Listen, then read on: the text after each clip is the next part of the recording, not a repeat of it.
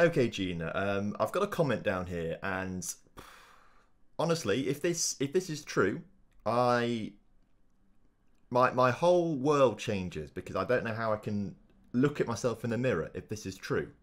But it can't be, right? Surely I'm not saying Magooch wrong, like everyone in the comment section was suggesting. How would you pronounce it? Dylan McGouch. Exactly. That's just like me. I'm correct. You're all wrong. He's wrong. It's Magooch.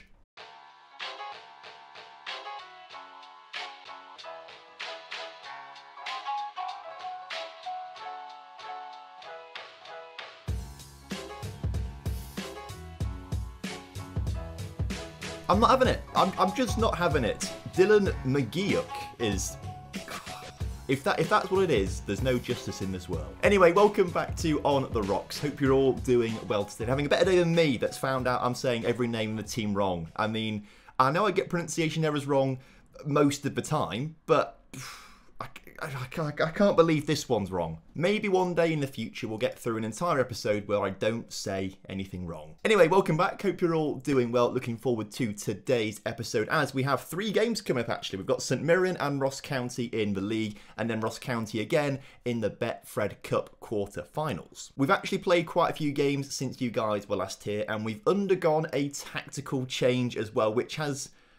I think it's kind of worked. We'll talk more about that in a second, but first of all, would love it if you could drop a like on today's video for me. Subscribe to the channel if you're new around here, and make sure you leave a comment down below for the YouTube algorithm. So we'll start off today's episode by talking about the tactical changes that we have made. And, well, obviously wing play wasn't working. We got rid of the wing play system, and I kind of thought, actually, we've got 2 really decent strikers who are big and tall and strong, Hornby and Cambieri. Cambieri is 6'2", and Hornby is 6'5", I believe, so they're big, muscly strikers who can bully the defenders around a bit. So it made sense to have 2 of these guys working in tandem together. Initially, we set things up with a 4-4-2, just route 1 style of play, hoof the ball long to the big men who can knock it down for each other and score some goals. But I realised that actually the makeup of this team is ridiculously similar to the Zenit St. Petersburg team that I've got. I'm playing a Zenit St. Petersburg save like offline just to try and get better at tactics, and I've realised like how similar it is. So what I did was literally just plug in the tactic I've been using in my Zenit save, and it's been working pretty well since then. We've got like a 4-4-2 asymmetrical style where basically we're just aiming to get the ball onto Hornby's head to knock it down for Cambieri. And for the most part, it's kind of going quite well actually. The good news is we haven't lost the game. The bad news is we've not really won many either. So you were last here for the 3-1 loss to CS Betfred Cup. Let's not talk about that one. We'll talk about the Hibs draw we had last time, a 1-1 draw there, which is a bit frustrating, but at least we got a point on the board.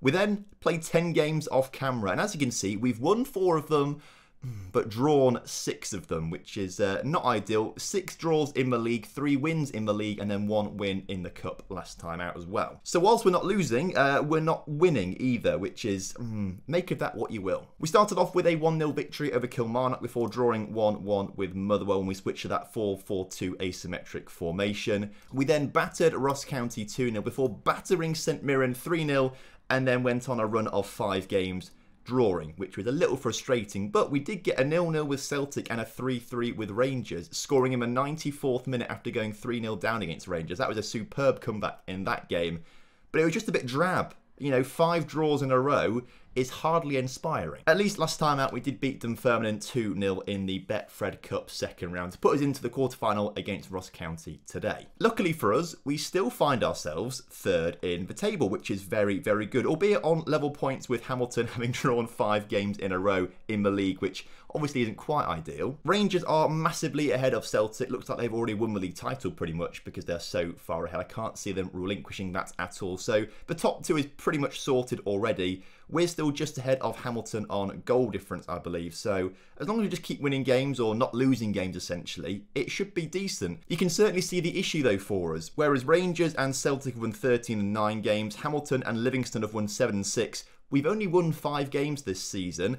We've drawn 9, though, which is ridiculous although we only lost one game in the league, so make of that what you will. Defensively, maybe we are quite good, but going forward, maybe not that good. I don't know, it's a difficult one, right? We just can't seem to see out games and get the win that we need. But of course, our target is 3rd this season, and we are on target at the moment, so I'm happy with that. Now, in a little bit more news before we get into today's games, it's the 3rd of December right now, and a few contracts are starting to come up for renewal, and I'll be honest with you, most players I'm probably going to let go. However, one player has rattled me. So Nyle Mcginn was a player that I was going to let go at the end of the season. I had no interest in keeping him at the club, and for whatever reason, Korean teams seem to be flocking to him. He got offered contracts by Ulsan, Seoul and Pohang. No idea why Korean teams want him so badly, but they wanted him, and he has decided to join Ulsan, which is fantastic. They're offering him £7,500 a week, literally more than double what he's being paid here, so I can understand why he's going there.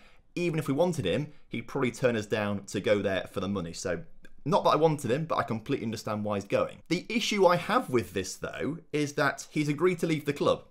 And he's going in the season. Today, he comes to me and says that he wants to discuss leaving the club to get more regular playing. You're already leaving the club. Why are you coming to me asking to... I can't make you leave any quicker. You've signed a contract. You've literally got a deadline to leave the club. And now... honestly, I think I hate this man. So normally I would ask my a captain to sort this one out, but no, not today.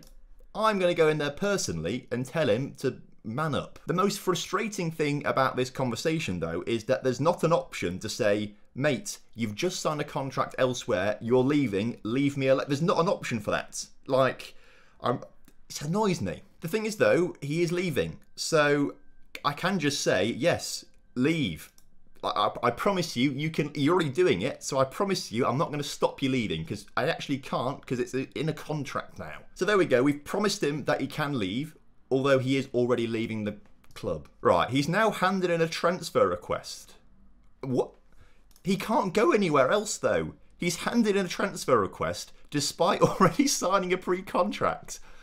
What is this man doing? Okay, well, enough of that. Let's get to the St Mirren game and actually get into playing some Football Manager. So this is the lineup for the game against 11th place St Mirren. We've got Joe Lewis in goal as per usual, with a backline of Hayes, Considine, Taylor and Logan. I'm not entirely sure you've met Ash Taylor yet. He's just a backup centre-back that we've got. He's nothing special and will probably leave the club at the end of his contract next season unless I can sell him before then. He's playing today because Tommy Hoban has been out for God knows how long. It's been really frustrating with Hoban. Where's the injury list? Is it on this? Where is he in history injuries? There we go. He dislocated his shoulder and has been out for 2 months. I'll be honest with you.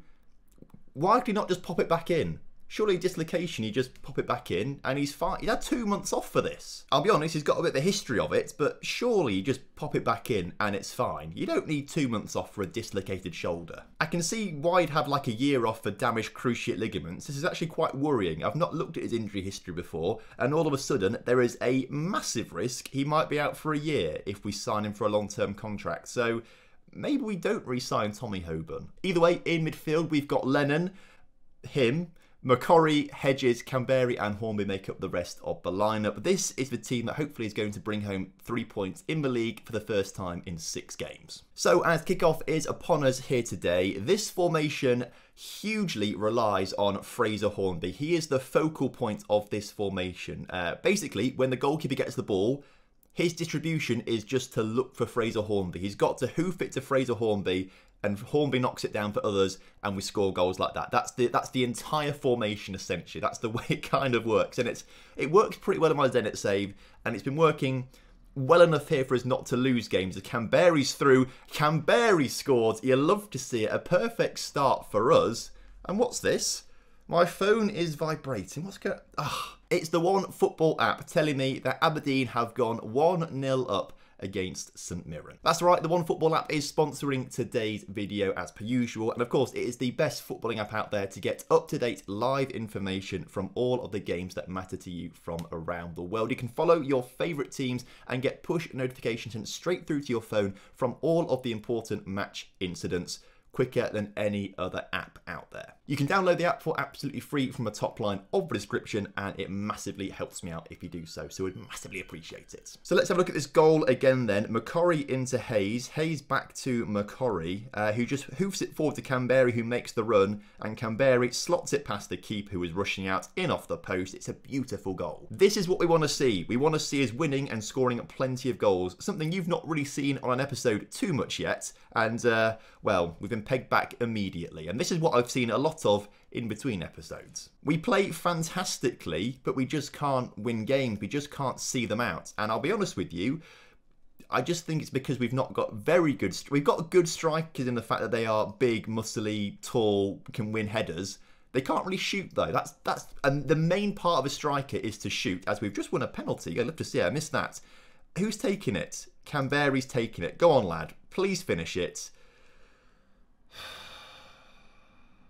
We just hinder ourselves for the most part. I mean, there we go. Canberry scores a very difficult opportunity there. He misses a penalty but can score a goal like that. We just seem to make life difficult for ourselves. I don't really know why we do it. And as I was saying, Canberry and Hornby are good strikers in the air, and they're good at winning the ball.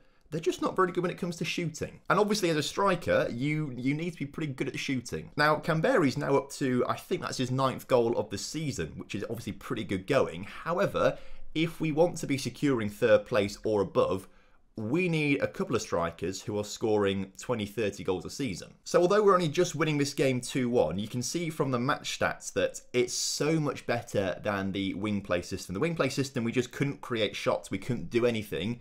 We are now actually creating a lot more chances and shots for ourselves. It's just a shame that most of them don't go in the back of the net. 10 minutes to go in this game, and it's... Ooh, Joe Lewis makes a good save there. I thought they were going to go in the back of the net. Come on, Joe Lewis. Out from the back. Hornby can't collect, but we do win possession back and then lose it straight away again. Maybe we're relying a little bit too much on Hornby to win the ball in the air, but he's got very... Oh, no. No, you hate... Not like this. Please. I mean, it's... I mean, that was a comedy of errors, right? This is what I mean. We make life so difficult for ourselves. We miss a header to let them through. We get a slide tackle, which we then slide tackle into the path of their striker, and our keeper is nowhere near good enough at positioning himself to stop that. That should not have gone in the back of the net. And it's going to be another draw, a 6th in the row in the league, because Canberry misses a penalty because he's an idiot. And Hamilton have finally gone ahead of us in the league table. I just don't like the players. I'll be honest, I cannot wait until the transfer special next season when we can just get rid of everyone and bring in our own players that we actually like. You know what's really annoying as well? Kilmarnock have just sacked their manager. Look at this sack race. What? I'm one of the favourites to be sacked at this rate. I can't believe it. We've lost 1 game in the league. We're unbeaten at home at the moment as well, and yet I'm 4-1 to be sacked. Unjustified. Next up though, we've got a double header against Ross County, first up in the Scottish Premiership and then in the Betfred Cup. This is exciting. The youth intake preview is here, and I'm a little concerned actually because there's more yellow than there is green. However, supposedly we've got a good goalkeeper, centre-back, midfielder and striker coming through, and we've got one very good young Scottish centre-mid from Aberdeen who has caught the eye. So these positives are quite nice. However, the last note here, it's not a great group of young players, so either these guys are just like one-offs or they're just the best of a bad bunch and they're terrible. I'm not too sure. Either way, if you want to have a player named after yourself, then you can do via the Patreon. There's a link down in the description below if you want to get signed up to that to get your name in the game. So for the game against Ross County, the lineup is staying the exact same other than Lewis Ferguson coming back into the team, who was suspended actually for the last game, Lewis Ferguson. That's why I wasn't playing, but he's back in the team now for this one, which means that McCurry moves back to the ball-playing defender role. Other than that, everything is the exact same, which might be good, might be bad, I don't know yet, but let's take on Ross County and hopefully get our first win in 7 league games. Luckily, we are at home today for this game, and we are at home for the Cup quarter-final as well, so fingers crossed it gives us a massive advantage as Hedges wins the ball for us and comes forward. Can he get the ball into the middle? He takes it on himself and shoots. It's a good shot, but unfortunately straight at the keeper. I've had enough of drawing games now. I want to get some wins under our belts. You know, I'm fed up of the drawing. We need to win.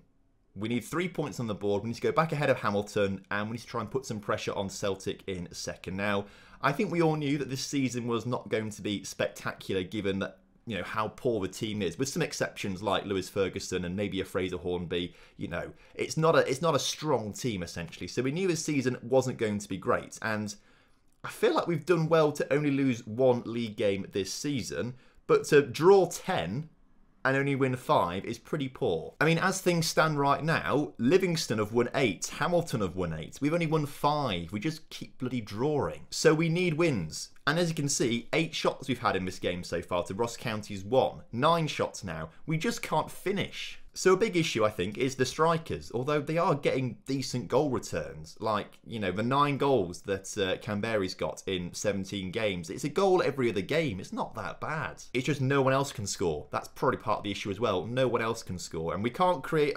We're not creating too many highlights this game either, which is a worry for me as well. 20 minutes to go. There's finally a highlight in this second half, and it's gone straight through to Joe Lewis, the Ross County free kick. Please score. Now, Lewis is going to hoof this up towards Hornby.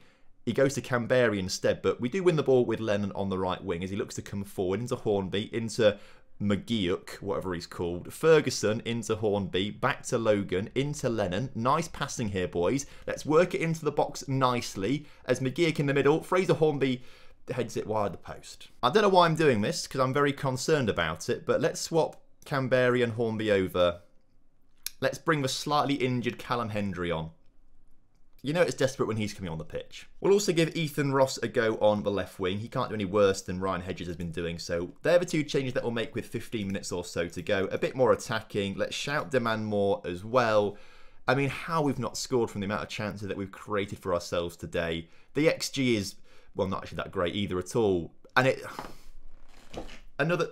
Right, unless we score right now, it's going to be another draw. And I can't, how many draws are we going to get this season? What's the record? Maybe we're just going for a record of a number of draws. Maybe that's what we're doing. I don't know. I'd rather the 3 points, if I'm honest with you. It's Logan into Ethan Ross. Come on, he's got a goal. 91st minute.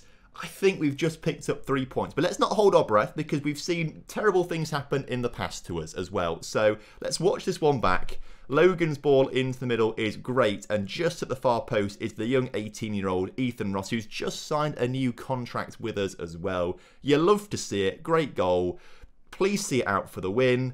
We have got the win. You love to see it. And better still, we are back up to 3rd in the table, I believe. Yes, we are back up to 3rd. You love to see it. By looks of things then, Hamilton lost to Hibs, which is huge for us.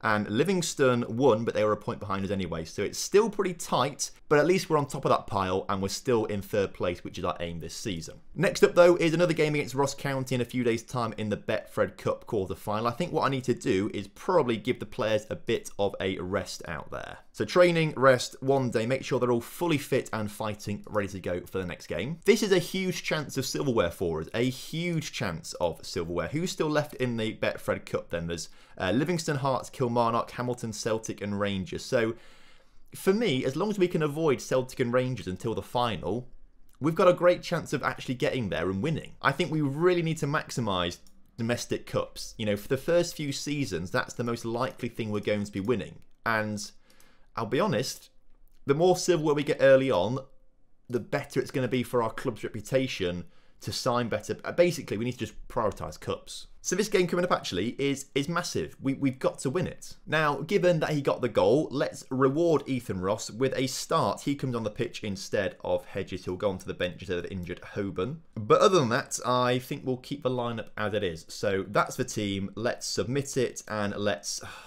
please win this game. So as kickoff is upon us here today, to my understanding, the Betfred Cup is kind of like the League Cup in England. It's kind of like the second trophy that no one's really that bothered about. I could be completely wrong, so let me know in the comment section down below if I am completely wrong, as how has Fraser Hornby not scored that? This is what I mean, like, as good as Hornby is in the air, as good as Canberra is in the air, they are terrible strikers of the ball. We need some better strikers next season. I think all of Hornby's goals this season have been headers. So he does score goals with his head, but when it comes to playing with his feet, well, he's not great at that, I'll be honest with you. In the meantime, it's Ross County coming forward in a game which I think has already had more highlights in it than the league game, which is Maybe good, maybe bad, I don't quite know. If we score the goals, it's obviously very, very good. But right now it's Ross County scoring the goals. There is a highlight straight from the kickoff though, so if we can peg them back immediately, that would be fantastic. As Brooksland on the ball looks to come down the right-hand side of the pitch. Into Logan, Logan to Canberry, who puts it over the bar. That was a perfect cross, and Canberry's ruined it. Another chance for us though, a throw-in from Logan to Magooch. Canberry's there. Canberry this time puts his header in the back of the net. 10th goal of the season for him, and we're on level terms again. So very quickly, back on level terms, which is great. Good for the mental state of the... I was going to say, it would be good for the mental state of a team to be back on level terms. You know, give us some momentum. It's not. We've conceded again, and now we've got to fight back once again for another goal to drag ourselves back level in this game. And luckily... Oh, I don't say luckily Canberra's going to score. I thought it was a certain goal for us there. It's not a certain goal. He missed it. I think I need to stop saying things like, this is really important for us. We need to win this game. We have to do well in this cup competition because it's going to do really good for us if we win this cup competition like the Europa League or the Betfred. We always lose when I say that. So from now on, I want us to lose every single cup game, please. I want to lose. Please lose this game, boys. Please do it. You know what? I'm so certain that we're going to lose. I'm determined to lose this game so much that I'm going to take Fraser Hornby off again, and I'm going to bring Callum Hendry on. That's how much I want to lose. I want to lose so much that we're going to move Shea Logan and Brooks Lennon over, and we'll take Shea Logan off for Nyle Mcginn. This is how much I want to lose the game. Because these subs are rubbish. They're never going to score a goal as Ross County come forward. Please score, lads. Please score, Ross County. I'm begging you. Please score a goal. I'd love it if he could score a goal. I mean, it was good defending from us there, which is really, really a big shame. And it's, oh, you hate to see that. What a save it was from our keeper. I wish that had gone on the back of the net. Ferguson on the ball for us now, though, as we look to come forward. If we score from this... Reverse psychology works. Reverse psychology is amazing. The game heard me slagging off my own team, and it thought, no, Tom, we're going to prove you wrong. Is it extra time or penalty? What happens now? Extra time? Dressing room? Extra time comes up. Thrash the arms, far from police from what I've just seen. Annoyingly, I wasn't quite sure that was going to happen. I've brought on an injured Callum Hendry, which is not ideal if I'm honest with you, because he's injured. Just to highlight how bad our strikers are, 27 shots we've had. 27. And we've only just managed to score 2 goals. But as extra time flies by, I'll be honest, I'm not sure we're going to be able to get a goal here. As Ross County look to come forward in numbers, please don't... If we're going to score a 93rd minute equaliser to go to extra time, can we please go on to actually win the game? Otherwise, it's a waste of... We may as well just rested ourselves for 30 minutes. What was the point in that, boys? Don't get my hopes up. Like, Thing is, though, we really want to concentrate on the league. The league is the most important thing to us right now. That's what we need to focus on. And the news article afterwards is an unspectacular start for the new Aberdeen. I'll be honest, boys, this is harsh. This feels very harsh. I've lost 1, 2, 3 games this season. 3 games I've lost, only 1 in the league. I feel like I've had a pretty decent start. Next episode then, we will be back for Motherwell and St Johnstone. They should be good, fun games to play. And hopefully by that point, we're winning some games again. I mean, we won one today, which was great, but I'd rather not keep drawing games. Also, it'll be at the end of January. I'm not anticipating any January transfers on the ground that we've got no budget to sign anyone, and we've got no room in the wage budget either. So... I'll be honest, I don't think transfers will happen until next season, so the transfer special for next season is going to be absolutely mega. Either way, thank you so much for watching today's episode. I hope you guys have enjoyed it, and of course, if you have done, make sure you do drop a like on the video for me, subscribe to the channel if you're new around here, and I will see you next time. Have a good one. Goodbye.